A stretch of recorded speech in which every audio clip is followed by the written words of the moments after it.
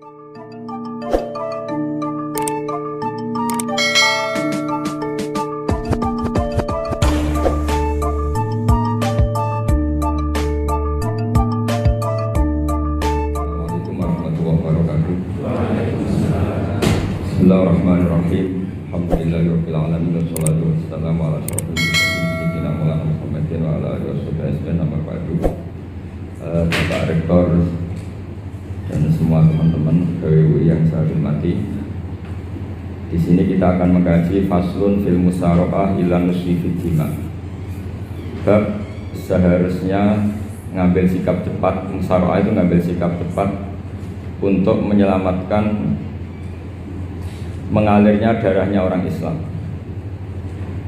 Di sini Imam Izzuddin bin Abi Salam mengambil ayat wajah rajulun min aqsal Madinah yas'a qala ya Musa innal mala ya'tamiruna bika liyaqtuluka fakhrus inni laka minan nasihin. Terus beliau memberi penjelasan wa kadzalikal musara'atu fi amrin diniyyin yuqafu fautu. Jadi begini ya, kalau dalam fikih Islam misalnya ini ada di beberapa literatur fikih, di semua fikih, baik mazhab Syafi'i, Hanafi, Hambali, di semua kitab fikih. Misalnya ada orang mau masuk Islam, terus konsultasi sama ustadz atau sama kiai, Pak saya mau masuk Islam, kamu nggak boleh ngambil sikap monggo ngeteh dulu, itu tidak boleh. Atau apalagi diajak ngobrol dulu, karena 5 menit kita mempersilahkan ngopi dulu itu artinya dianggap kita membiarkan dia dalam keadaan kafir 5 menit dan kita dianggap ikut tanggung jawab. Sehingga di bab ada ulama yang ngebabkan itu sampai di bab murtad. Termasuk murtad adalah orang yang dimintai mensyahadatkan non muslim kemudian disuruh ngopi dulu atau ngeteh. Karena dianggap pembiaran sekian menit masih berstatus kafir. Jadi ibaratnya gini ya, kalau kita mungkin baru bapak-bapak baru pakai celana pendek terus ada orang kecelakaan di jalan, saya tak pakai baju dulu, nanti baru kamu saya selamatkan. Itu kan naif. Kalau begitu saja naif, apalagi orang yang kafir kemudian pas mau minta disyahadatkan kita bilang monggo mandi-mandi dulu, ngeteh-ngeteh dulu. Berarti ada pembiaran sekian menit, dia masih berstatus. Artinya begini, kalau dia saat itu kok dimatikan oleh Israel berarti mati dalam status kafir dan kita ikut tanggung jawab karena harusnya bisa Islam andai kan kita mensyahadatkan saat itu juga. Jadi itu bab-bab yang dianggap ekstrim dalam kutubil fikih, bab-bab fikih. Makanya dalam kitab fikih saya berkali-kali ada non muslim mau bersyahadat ke saya, itu saya bilang ke santri-santri saya, saat itu juga harus kamu ajarin meskipun pakai bahasa Indonesia. Yang penting status kafirnya apa? Iya. Baru setelah itu ada hukum sosial ya, mungkin kita nawarin teh atau kopi atau apa.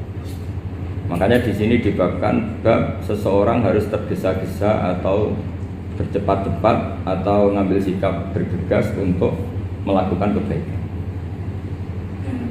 Terus ayat kedua yang dipakai Izzuddin bin Abi Salam itu begini. Ketika Allah mensifati orang munafik, status orang munafik itu apa? Wa idza qamu ila sholati qamu kusala. Mereka kalau dipanggil untuk sholat, ya berangkat tapi kusala secara malas-malasan. Sehingga untuk menunjukkan kita loyal sama Allah itu ya paling tidak ada sikap di atas rata-rata. Makanya ada sa'i ya, lari-lari kecil, tawaf juga disunatkan ada lari-lari kecil, disebut ar-romal itu lari-lari kecil untuk menunjukkan bahwa kita loyal sama Allah itu tidak sak kobre cara Jawa.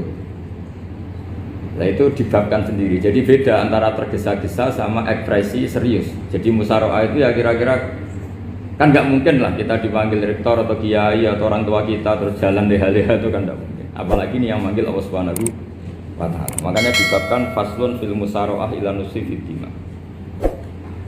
Nah contoh yang diambil di sini begini. Ketika ada debat terbuka antara Fir'aun dan Musa, saya ulang lagi, ada debat terbuka antara Musa dan Fir'aun. Kan Nabi Musa datang ke Fir'aun. Lalu kata Fir'aun, ini asal usul ayat ini, saya terangkan sejarahnya. Kata Fir'aun, lalu kalau kamu tidak nuhankan saya, Tuhan kamu siapa? Terus kata Musa, Rabbus samawati wal ardi, yang nuhani langit dan bumi. Fir'aun masih berkelit. Kalau Tuhan di bumi, setahu saya kemana-mana yang dituhankan saya, kata Fir'aun. Ma'alim tulakum min ilahin ghairi. Terus Nabi Musa masih ngendikan, ya sudah Tuhan yang nuhani langit. Terus Fir'aun manggil Haman. Haman itu arsitekturnya Fir'aun. Ya Haman ibnili sorhal ali abduhul asbab samawati fa'attaliya ila ilahi Musa. Haman, bangunkan kami piramida yang tinggi. Saya ingin melihat Tuhannya Musa. Musa akhirnya mikir, karena kalaupun Fir'aun bisa naik ke langit tetap tidak bisa melihat Tuhan. Kita tahu Tuhan nggak bisa dilihat. Kita yang mukmin aja tidak lihat, apalagi Fir'aun, rivalnya kan. Akhirnya Musa ganti argumentasi, yaitu argumentasinya Musa, Rabbukum wa Rabbu abaikumul awwalin. Ini perlu diingat dan perlu saya sampaikan. Yang nuhani kamu dan yang menuhani leluhur kamu, itu sangat memukul Fir'aun. Karena logikanya kalau Fir'aun itu Tuhan, berarti babanya dulu tanpa Tuhan. Ini ada Tuhan terlambat ya.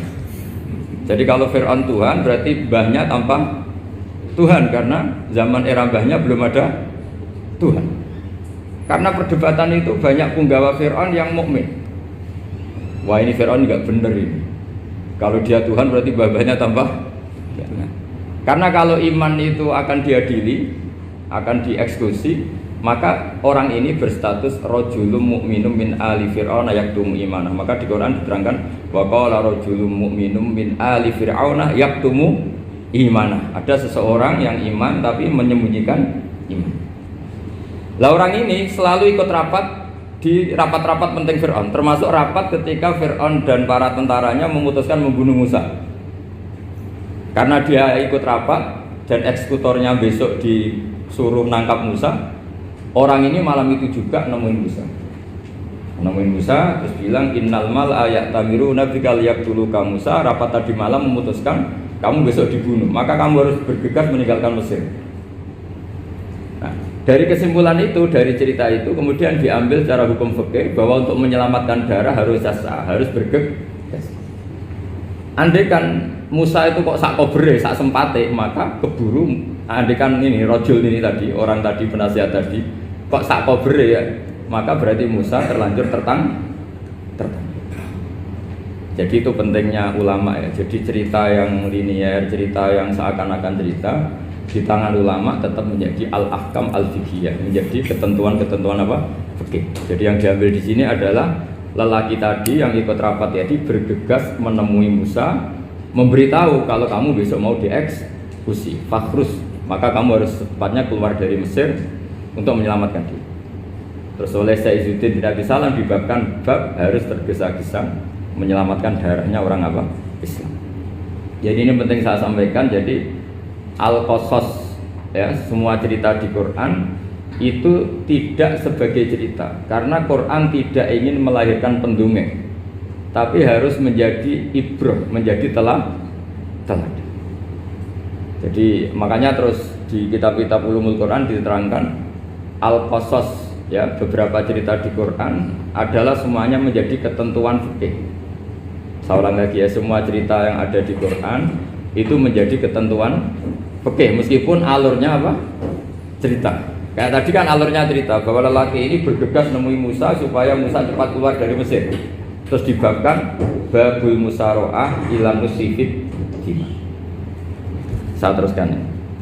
Wa kama la ra'ayna ma yaqtulu musliman law tabtu'u alaihi laqata lahu fal musaroah ila takhrisihi min wajibatun.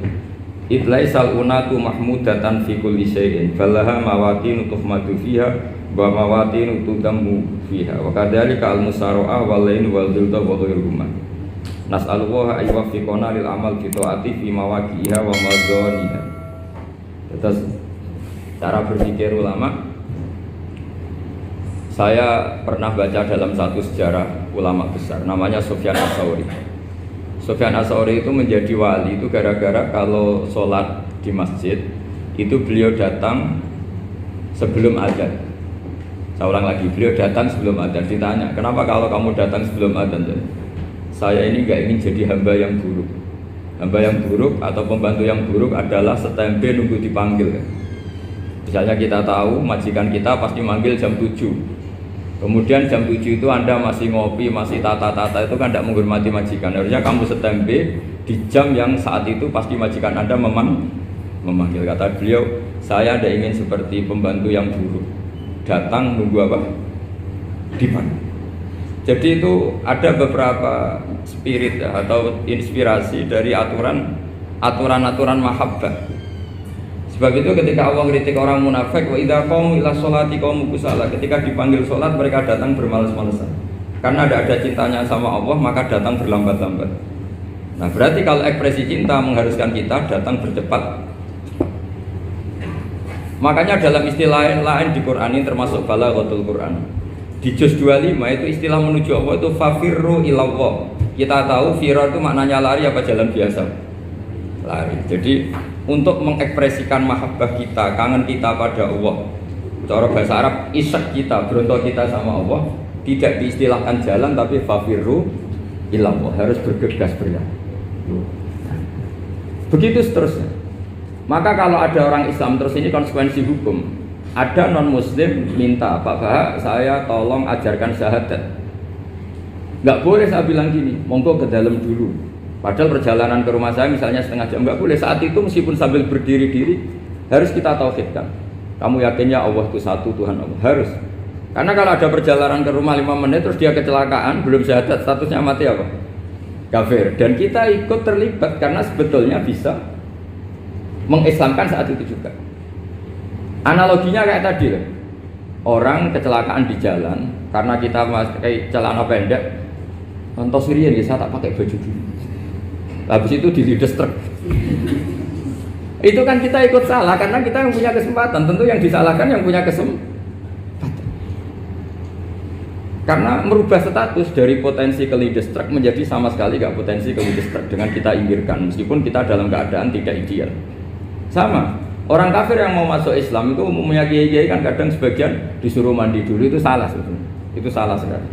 Sangat salah. Apalagi nunggu seremonial di masjid, nunggal toko-toko, itu bujute salah. Itu gak cuma salah, bujute salah. Jadi salah yang akut. Itu salah besar ya.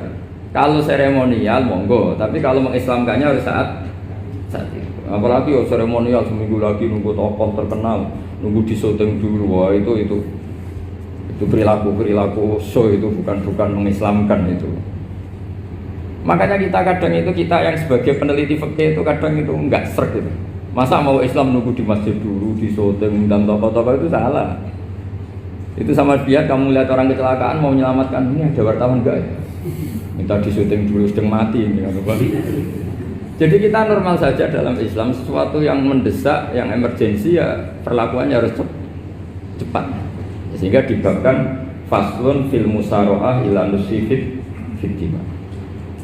Jadi ada beberapa contoh di Quran memang aturannya seperti itu. Makanya semua redaksi Quran tentang menuju Allah diredakseno fafirru ilallah. Makanya di tawaf ada ekspresi romal, jalan agak cepat. Di sa'i juga ada momen-momen kita harus romal, berjalan cepat. Di beberapa aturan juga seperti itu. Ya saya ulang lagi, di beberapa aturan Islam juga seperti itu.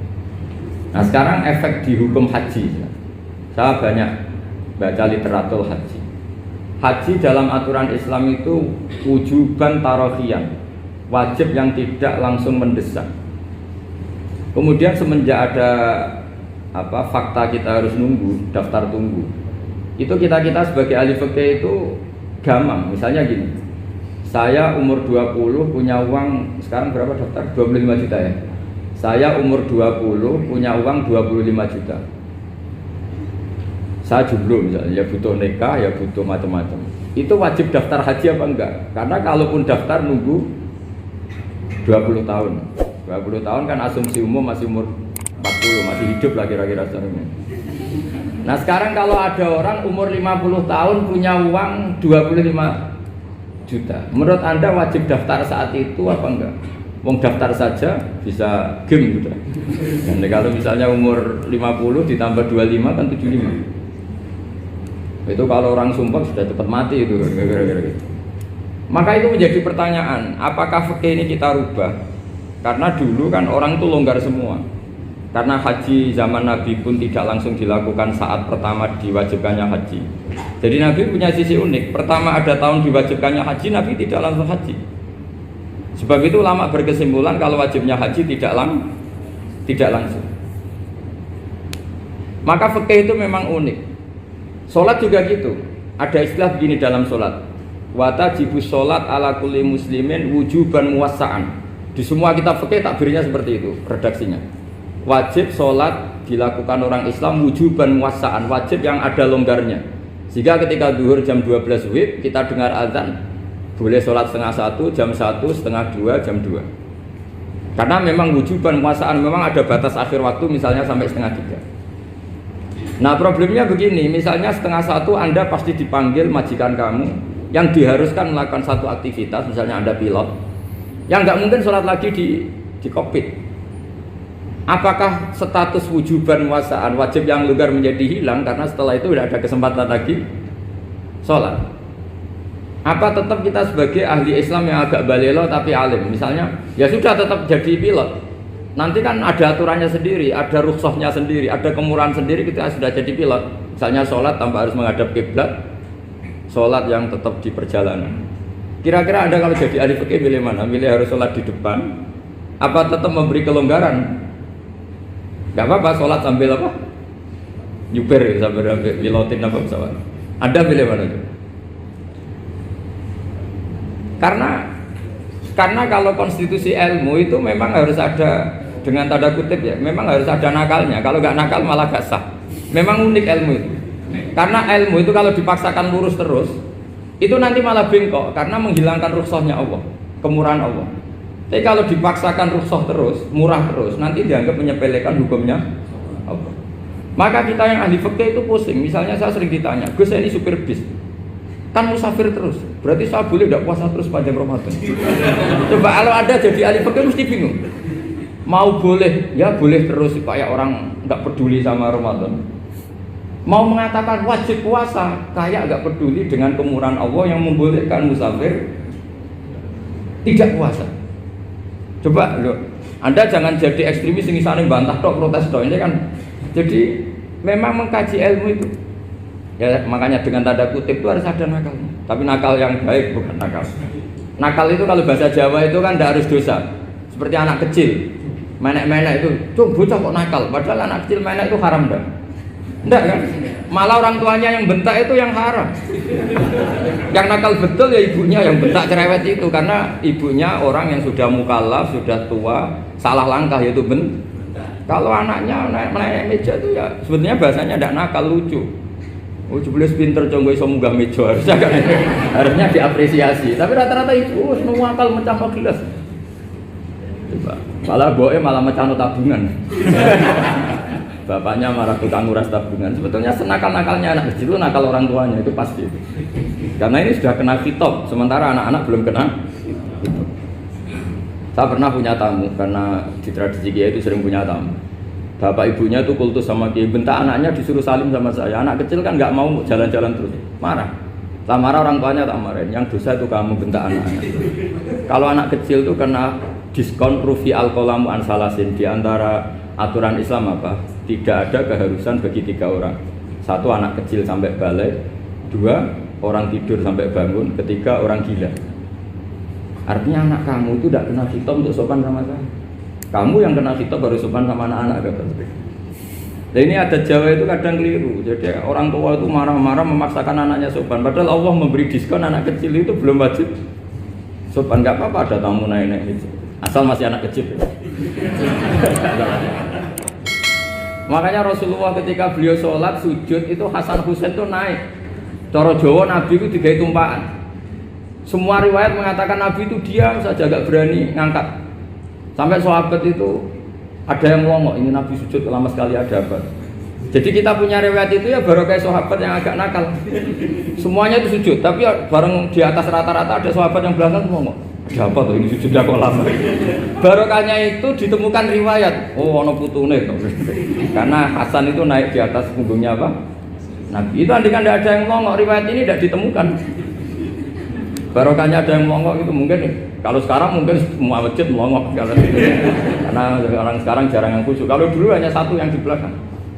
Setelah itu Nabi memberi penjelasan, saya tadi sebetulnya harus mengakhiri sujud saya sesuai aturan umum, tapi ada cucu saya tak biarkan sampai dia puas naik punggung saya, sehingga dia turun baru saya naik.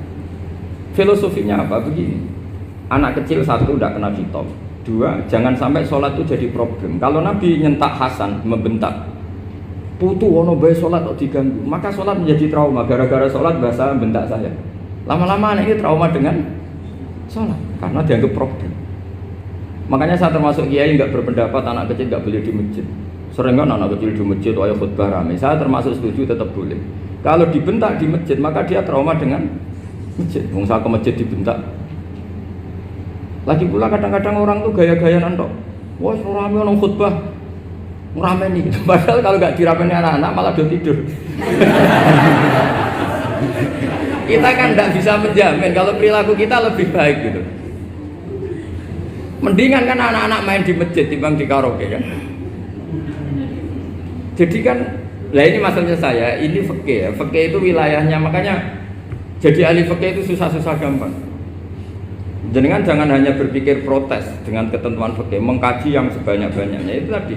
Misalnya Anda seorang supir permanen, supir bis terutama, kalau truk kan bisa leha-leha, kalau bis kan apa ada deadline-nya ya waktu, seperti bis jurusan Surabaya Semarang, saya kan sering naik bis jurusan Surabaya Semarang. Kadang-kadang supirnya melihat saya tanya, Gus saya ini supir, saya ini Ramadan itu gimana ya?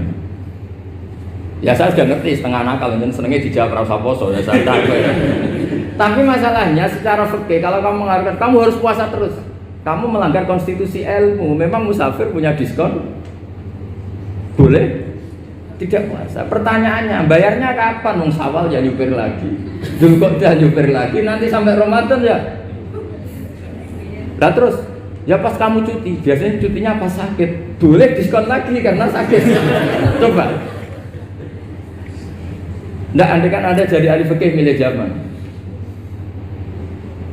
Lo kalau orangnya soleh terus kayak ustadz-ustadz di sini kayak dosen UI kan, masa dosen UI Universitas Islam nggak Islami kan nggak mungkin. Mungkin memilih poso kan. Masalahnya ini kan hukum untuk orang kebanyakan, nggak boleh hukum mosok gak kuat. Bu, sahur jam 3:30 ngombe vitamin pokoknya harus kuat. Itu udah hukum, itu saran. Hukum itu beda dengan saran. Hukum itu hanya berpijak musafir itu boleh iftar. Kalau saran memang boleh, ya usahakan kamu makan 3:30 pas fit, nyupir. Terus kalau nyupir selesai jam 10, nanti istirahat. Memangnya majikan bisa ngatur jamnya? Itu fikih. Maka menjadi perdebatan, yang namanya pergi itu apa? Menurut Imam Syafi'i, pergi itu ya dari rumahnya ke tempat yang asing, yang tidak wilayahnya namanya pergi. Menurut Imam Ahmad bin Hanbal enggak. Pergi itu tidak kerja. Jadi orang yang supir yang seperti itu namanya tidak pergi tapi kerja.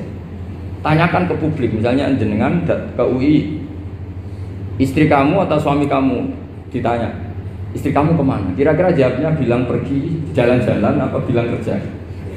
Kerja. Makanya kata Imam Ahmad bin Hanbal, mudi musafar atau orang yang berprofesi, yang profesinya memang harus pergi, kayak traveling atau supir, maka itu namanya tidak pergi, namanya itu kerja.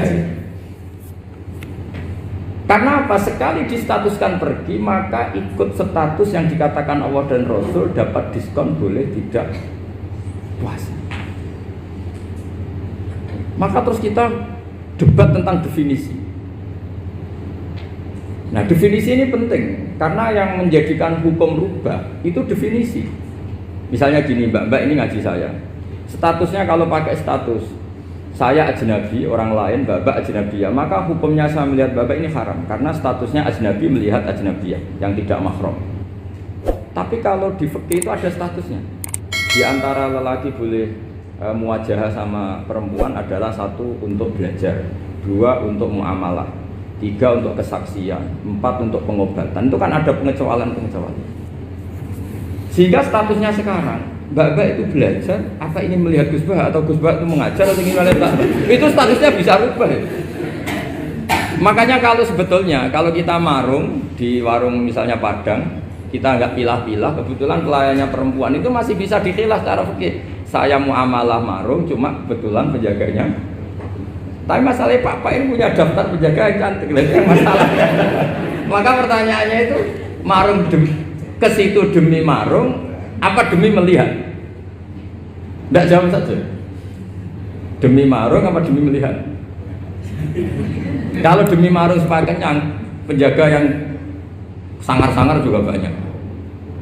Akhirnya kalau demi makan, penjaga yang cowok kan banyak. Kalau demi melihat, berarti yang dihitung kan niatnya. Berarti karena muamalah apa karena melihat? Melihat. Itu status. Jadi makanya kalau mudi musafar itu namanya orang pergi atau orang kerja? Orang kerja. Maka menurut pikirannya Imam Ahmad bin Hambal, seperti itu harus puasa. Karena dia adalah pekerja, bukan musafir. Lalu dalam masalah jumlah 3 hari misalnya, kalau dalam fikih kita, nggak saya kenapa ngomong fikih terus ya, karena banyak yang melupakan fikih. Jenengan pergi haji, zaman Nabi haji itu jamak dan qashar terus. Padahal hajinya Nabi itu, haji itu minimal kan berapa hari minimal itu? 9, 10, 11, 12. Sebenarnya haji itu minimal hanya 4 hari. Karena 13 Dzulhijjah bisa nafar apa? Awal. Kalau nafar awal berarti nggak ada kewajiban nafar sani. Berarti yang wajib betul kan tanggal 9 wukuf di Arafah, terus 10 biasanya ifadah sama balang jumroh apa? Aqobah, terus 11, 12 itu kan sudah boleh cabut karena apa? Nafar apa? Awal. Berarti nggak usah nafar apa? Sani. Berarti hanya berapa? 4. Tapi Nabi haji di Mekah Medina itu sampai 40 hari karena perjalanan. Pertanyaannya, ketika Nabi menjamak dan mengqashar itu cara Imam Syafi'i lis safar.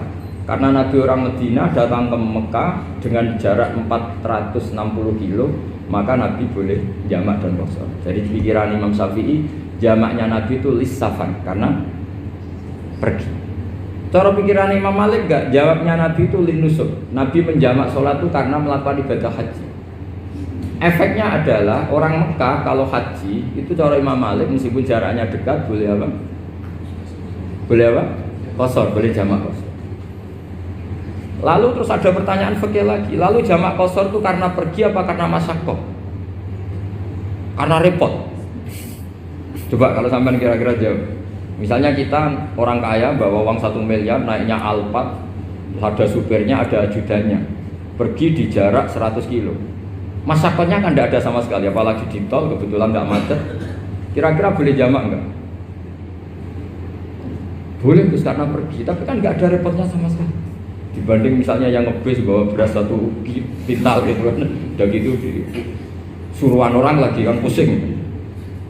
Maka fikih ini untuk memberi hukum itu kalau fikih itu menstatuskan dulu. Ini orang boleh jamak itu karena masyaqqah apa karena safar. Lalu kalau setelah karena safar itu karena jaraknya apa tingkat masyaqqahnya. Kalau karena jaraknya ya tidak juga. Tidak juga gini maksudnya. Mungkin Anda tidak pernah terpikir begini. Kalau saya mau ke Jakarta, kemudian sampai Purworejo itu sudah waktu zuhur. Saya boleh nggak zuhur di situ sama masak? Boleh kan? Padahal perjalanan saya belum capek. Artinya nunggu boleh jamak itu setelah kita menempuh jarak itu apa menuju, sedang menuju dan niat. Sedang menuju dan niat. Misalnya saya mau ke Jakarta, saya orang Sleman mau ke Jakarta, itu sampai mana itu Magelang itu sudah boleh jamak kan? Boleh nggak? Boleh karena saya mau ke. Nah pertanyaan secara fikih mungkin ada terlintas. Ternyata ditelepon sama istrinya nggak jadi pergi. Padahal sholatnya kadung di jamak, duhur dan asar. Apakah setelah di rumah sholat lagi? Sama nggak pernah mikir gitu. Karena nggak nekuni fikih. Jadi orang fikih itu sudah pusing, makanya jangan diprotes terus. Kita ini sudah pusing, tapi orang itu enak aja protes terus. Nggak menurut jenengan nanti wajib sholat lagi enggak? Dia bolehnya jamak kan berdasar berstatus musafir. Ternyata setelah Magelang ditelepon istrinya nggak jadi. Dia kadung sholat duhur dan asar. Setelah pulang masih jam 1. Terus ada asar, wah ban sholat. Kalau ada sholat lagi apa enggak? Jangan saran. Kalau saran, wah sebaiknya sholat lagi. Itu tidak hukum, itu saran itu namanya. Saran dengan hukum beda. Sholat lagi pada. Loh, ketika ada jaga itu berdasar malas atau berdasar hukum? Apa?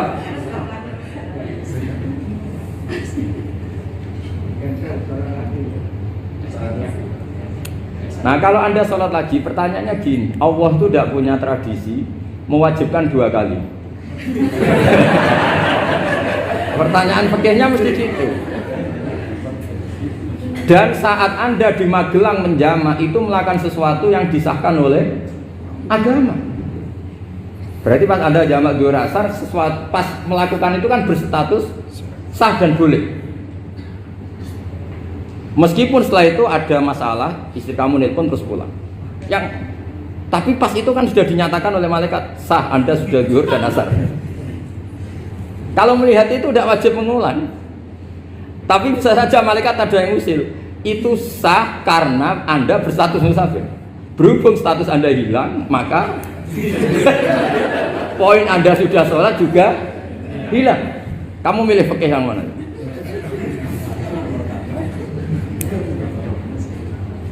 Jadi peneliti fikih itu beda dengan orang-orang yang mendengarin protes. Beda karena nengkuni itu beda karena ada konsekuensinya. Makanya fikih itu sampai saya punya kitab fikih itu dikarang 1 orang itu jumlahnya 20 jilid. Per jilid itu segini. Jadi 1 meja ini dikarang 1 orang. Itu mulai yang presisi, yang detail sampai yang khayal. Yang khayal juga ada. Yang khayal itu tadi beliau banyak menghayalkan diri. Suatu saat Anda datang ke Mekah itu hanya butuh waktu 20 menit. Zaman itu belum ada pesawat. Lalu boleh gak jamak? Boleh gak nakal? Nakal itu begini. Sampai orang kaya punya jet pribadi. Misalnya Anda Ronaldo masuk Islam, orang kaya. Itu bisa gak puasa? Karena begini. Misalnya dia orang, contohnya orang Arab ya. Orang Arab, jangan orang. Gak, contohnya itu dibalik saja. Di sini itu kalau imsak jam berapa? Imsak Ramadan jam berapa? 3:30 aja biar aman ya. Kalau 3:30 kan masih imsak. Dia terbang ke Mekah. Jadi orang sini puasa jam 5 kan mulai puasa. Dia terbang ke Mekah kan masih malam. Makan terus dia. Mekah mau ada matahari terbang lagi ke barat. Karena dia menghindari berstatus puasa. Atau sebaliknya, dia orang Mekah jam 12 puasa, 12 siang puasa. Dia, wah kalau 6 jam lagi buka, bisa barabe saya. Terbang ke Indonesia. Ke Indonesia terbang baru 1 jam, di sini sudah buka. Itu khayal. Jadi itu ada khayalnya. Itu lama dulu sebelum ada pesawat sudah mengkhayal gitu. Bolehkah orang yang di Masyriq ke Maghrib demi itu? Kalau Anda jadi Raja Salman jam 1 kok sudah nggak kuat apa? Puasa, itu diberi saran terbang ke Indonesia. Itu kalau pakai jet kan nggak sampai 9 jam, 1 jam ke Jakarta. Sudah ada wow akbar. Bukan. Boleh enggak? Lo mau kamu enggak bilang, oh enggak boleh. Loh, di Jakarta sudah huru Syamsi. Masa sudah matahari terbenam orangnya enggak boleh? Bukan. Lah ya. Apa? Kalau resikonya gini, sampean mungkin nggak mikir, resikonya gini, kalau dia berstatus musafir, bolehnya buka karena musafir, pertanyaannya dia wajib bayar. Kan musafir bolehnya kodok nanti harus bayar, tapi kalau dia buka normal kan tidak harus bayar. Beda, efek pakainya beda.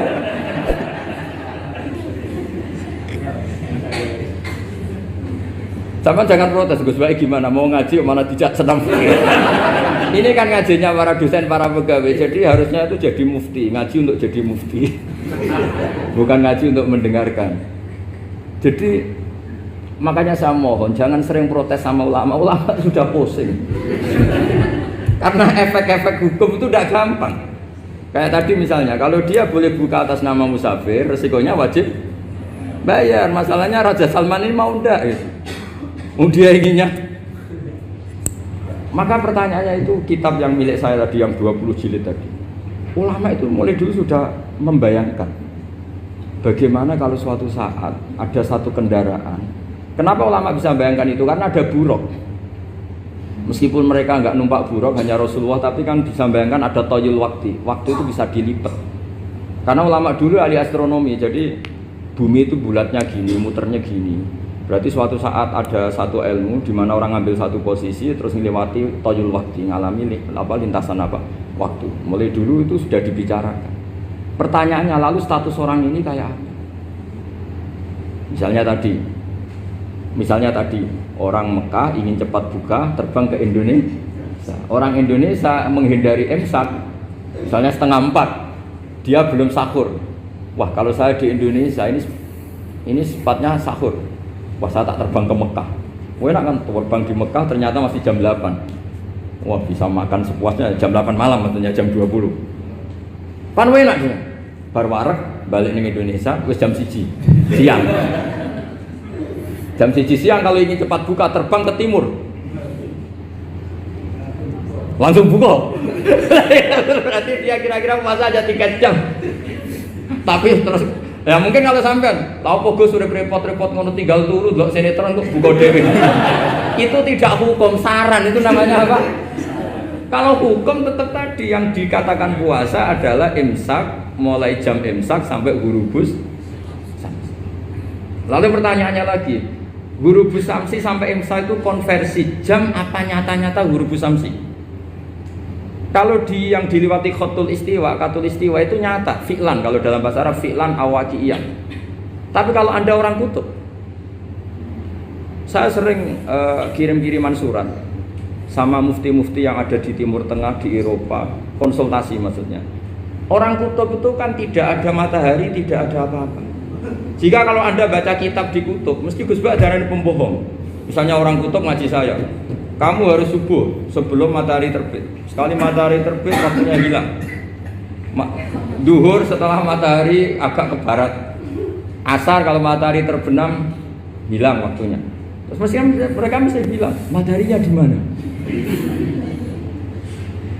Maka pertanyaannya, boleh gak mengkonversi waktu untuk orang kutub? Jadi misalnya pola umum subuh jam 4:30, berarti antara subuh dan qadha itu 1 jam setengah.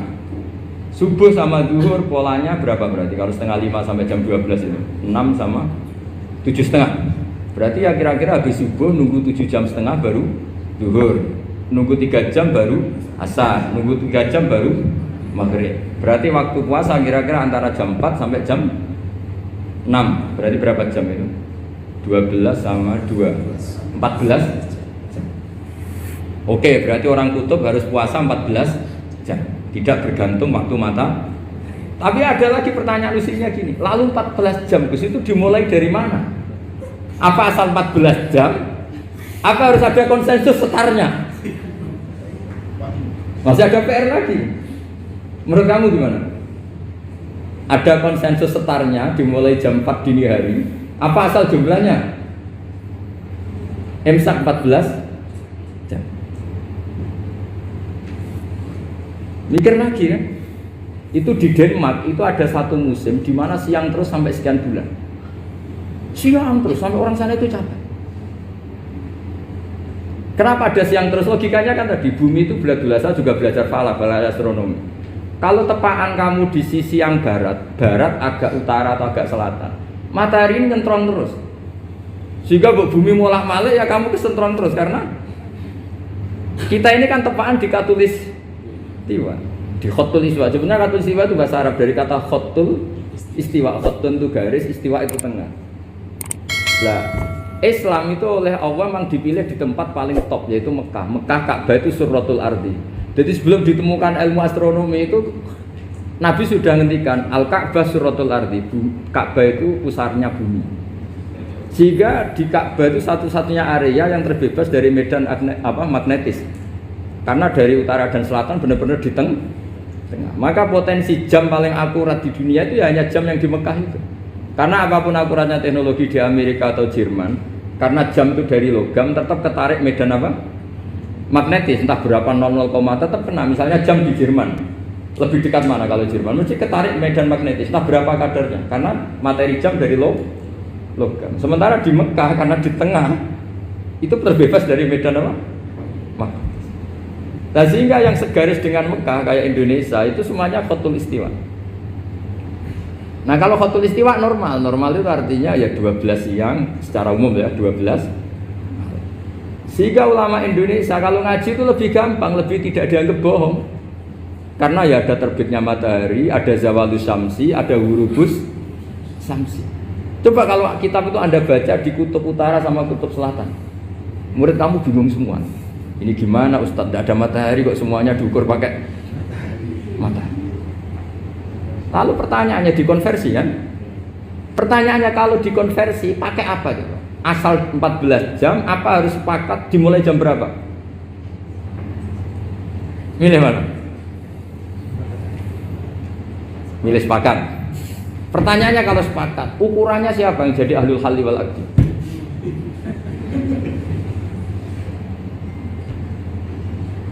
Jadi orang fikih itu sudah bingung, makanya saya mohon jangan sering diprotes. Saya pernah ketemu ulama, saya kan sering ikut komunitas di New York. Itu andekan di Bur, itu pas persis Ka'bah. Jadi buminya itu kalau di Bur itu pas persis Ka'bah. Lalu pertanyaannya, ada kiblat tidak di sana? Ya bumi kan gini ya. Kalau dalam bahasa falak itu ada rubuk namanya. Rubuk itu bumi yang sewaktu itu hanya yang seperempat. Ya bumi yang sewaktu itu hanya seperempat. Jadi kita sekarang siang, berarti yang baru siang hanya seperempat bumi. Nanti yang malam ya hanya seperempat bumi. Ya, misalnya sekarang kita di sini siang, di Arab Saudi kan belum, ini masih setengah 6. Ini sekarang di Arab Saudi baru setengah 6. Lah itu ada daerah di mana dengan Ka'bah itu pas atas sama bawah. Harusnya kan bebas arah. Apa? Bebas arah. Lalu orang sana sholatnya itu menghadap kemana? Pernah ulama New York itu minta fatwa ke Rabitatul Alam Al-Islami. Lalu kita harus menghadap kemana? Makanya dalam dunia anekdot ulama itu ada anekdot Abu Nawas itu orang yang nggak pernah kalah debat. Dia tuh terkenal nggak pernah kalah debat. Tapi dia ada ilmuwan. Dia punya tetangga ilmuwan, punya pengaruh besar. Semua orang ngaji ke ilmuwan itu. Mantelnya bukan main, karena dia ahli falak, ahli astronomi. Mau nandingi dia tidak bisa, gak nandingi itu reputasinya jatuh. Orang itu berteori kalau bumi itu bulat-bulat. Kalau kamu jalan ke sini, maka akan ke titik yang suatu saat si profesor ini kemalingan, terus minta tolong Abu Nawas rumah saya kemalingan. Terus lari kemana malingnya? Ke timur. Setelah ke timur, larinya ke timur. Abu Nawas lari ke barat. Terus ditanya, sudah tak bilangin malingnya lari ke timur kok kamu lari ke barat. Nanti ketemu di titik yang sama. Sebenarnya itu profesornya makel. Oh kamu nyindir. Artinya Abu Nawas gak terima. Teori Anda itu gak bisa. Secara keilmuan benar, tapi secara faktual gak boleh. Berarti kalau ada orang ngejar istrinya lari ke timur, dia harus tetap ke barat. Nanti ketemu di titik yang sama. Jadi malingnya tuh lari ke timur, Abu Nawas ngejar ke barat. Ketika ditanya profesornya, sudah bilangin malingnya tuh lari ke timur, kenapa ada ke barat? Kata Anda nanti ketemu di titik yang sama karena bumi bulat-bulat. Nah pertanyaannya gini, lalu kalau yang segaris itu ada arah enggak? Kayak New York tadi. Menurut kamu tetap berkiblat apa enggak usah? Loh kalau yang rubuk jelas. Loh gitu, kalau rubuk begini loh, misalnya begini, terus kamu di sini sama sini kan masih ada arah, tapi kalau sini sama sini masih butuh kiblat. Lalu sama ndak usah protes, orang fikih sudah pusing, ndak usah diprotes, karena yang dipikir itu macam-macam. Nah ya makanya ini mengkaji ya, saya mohon ya kayak tadi ini mengkaji, saya mohon saya cukupkan sekian, sementing apa ya kita ada respeknya lah sama ulama. Jadi ulama itu susah, mikirnya susah, harus tanggung jawab di depan Allah, di dunia diprotes terus. Ya saya kira demikian. Assalamualaikum warahmatullahi wabarakatuh. Ya satu aja. Ini waktunya. Atau dua nggak apa-apa, dua ada. Terima kasih Ustaz Baudin. Ke sesi selanjutnya yaitu tentang tanya jawab. Kami kasih waktu dua penanya. Dua penanya dan dua pertanyaan. Kadang satu langsung tiga. Ya silakan Pak dan Pak Sus.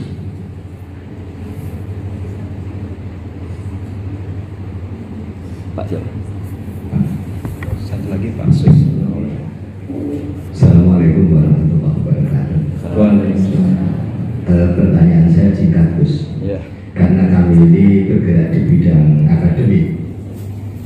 Kami itu banyak tergoda oleh kesombongan akademik.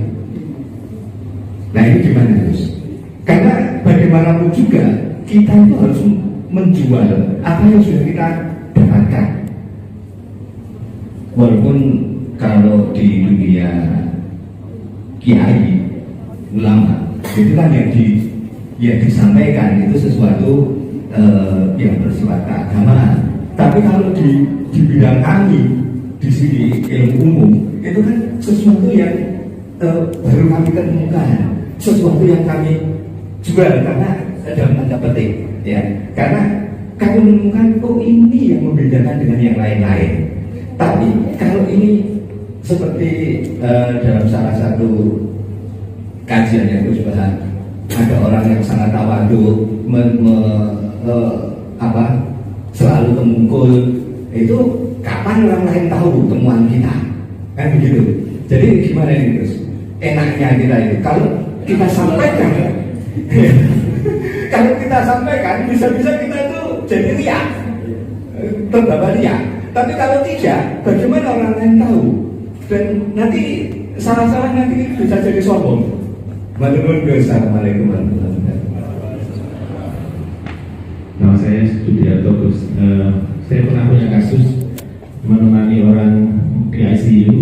Sebelum tidur, saya zikir la ilaha illallah. Beliau sari. Kemudian saya di luar.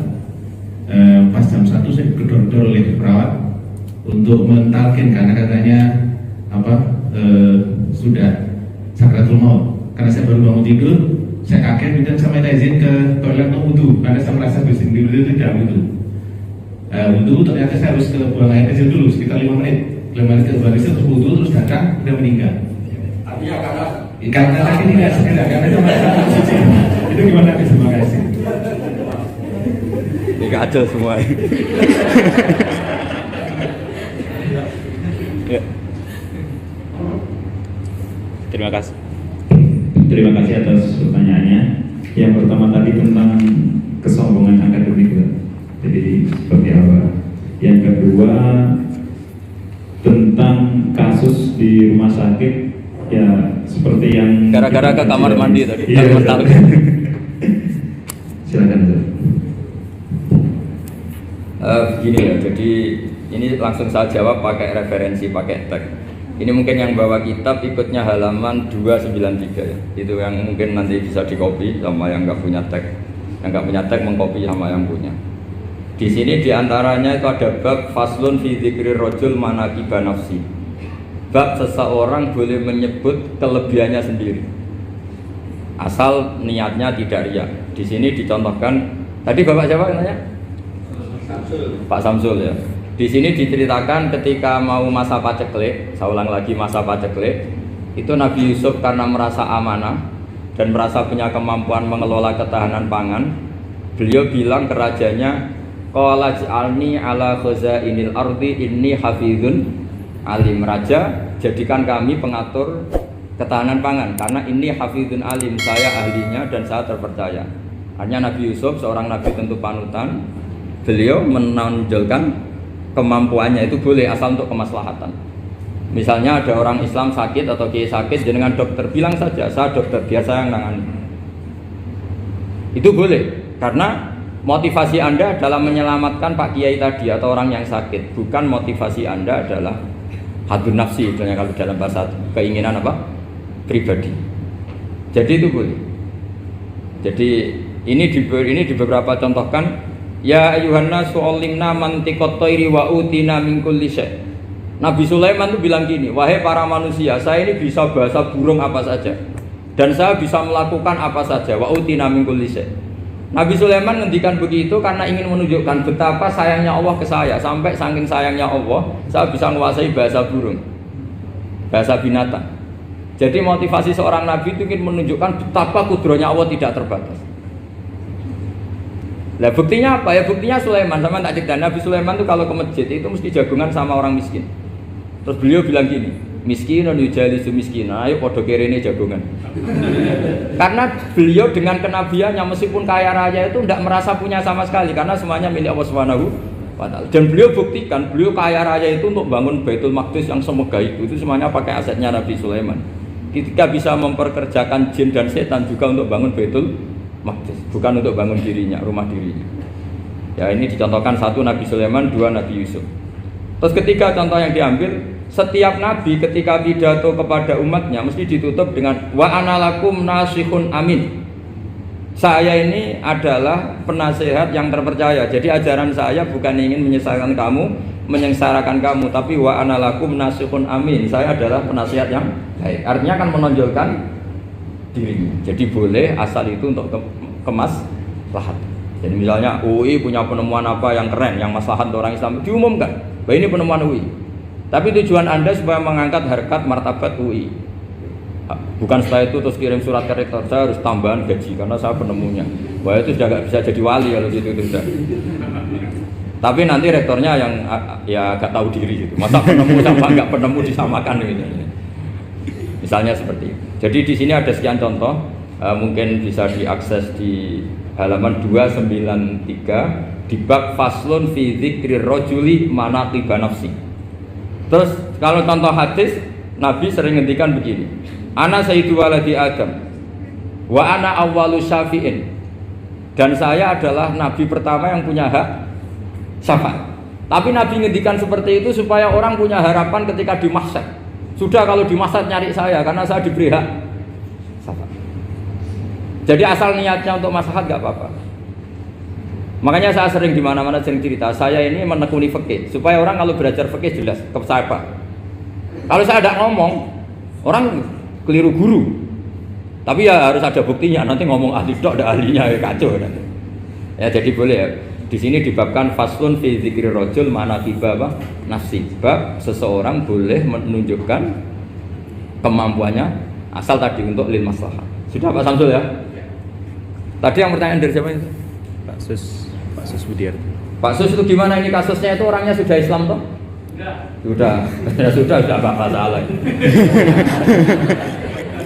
Terus Anda ke Thailand itu nggak niat menghindar toh, memang saatnya harus ke Thailand. Hanya menyesal. Oh, hanya menyesal, bagus lah punya penyesalan. Nggak begini ya, kalau orang itu sudah Islam itu kan nggak se-emergensi yang belum Islam, itu hanya ideal. Artinya idealnya seseorang kalau mau meninggal, akhir dari kalimatnya adalah la ilaha illallah. Tapi itu pun ulama dinego. Ini saya beri cerita sedikit. Kitab Fathul Mu'in itu termasuk kitab yang nggak setuju kalau kalimatnya sepersis la ilaha illallah. Kenapa Pak Sus? Logikanya gini, ini semua ulama gitu ya. Itu ada dua riwayat. Mangkana akhiru kalamihi la ilaha illallah dakhalal jannah. Sebagian riwayat mangkana akhiru kalamihi Allah dakhalal jannah. Nah ulama itu milih yang Allah. Kenapa milih yang Allah? Karena la ilaha illallah itu resikonya tinggi. Pas la ilaha ateis, tidak ada Tuhan, mati. Maka ulama, tradisinya guru-guru kita, kalau ada orang mau mati yang sudah akut, itu hanya ditalkin Allah, Allah, Allah. Karena ini lebih tidak berisiko. Tapi kalau la ilaha illallah, pas la ilaha belum illallah, mati. Tidak bisa kamu buat, teruskan dulu baru mati. Ayo teruskan dulu baru mati, ini gimana? Belum illallah kok sudah. Jadi makanya terus di situ diterangkan lagi begini. Setelah orang itu melafadzkan la ilaha illallah, kan orang mau mati itu kan macam-macam ya. Ada yang sudah akut, ada yang masih sehat. Kalau masih sehat sebaiknya la ilaha illallah. Tapi kalau sudah akut hanya dilatih apa? Allah. Terus saran kedua oleh kitab Fathul Mu'in diterangkan sebaiknya jangan ngomong lagi. Karena Nabi ngendikan akhir itu harus itu menjadi kalimat. Jadi misalnya setelah kamu talqin la ilaha illallah, kamu tanya, "Pak, sertifikatnya di mana?" Akhirnya bapaknya jawab, "Di lemari." Pas melamari mati. Berarti akhir kalimatnya lemari. Makanya kita juga harus memperjuangkan supaya itu benar-benar akhirnya. Sehingga nanti dikenang di akhirat, ini orang luar biasa mengakhiri dunia dengan kalimat la ilaha illallah. Tapi nanti kalau ini orang luar biasa mengakhirinya dengan lemari. Apalagi tanyanya gini, "Pak, tabungannya di bank apa?" Ini BCA. Berarti terakhir bilang apa? BCA. Jadi itu ada aturannya. Jadi kalau nalkin orang sudah ngelapatkan kalimat tauhid, jangan dijak ngomong lagi. Karena kalau diajak ngomong lagi terus mati, yaitu kalimat terakhirnya. Ya, mohon maaf. Assalamualaikum warahmatullahi wabarakatuh.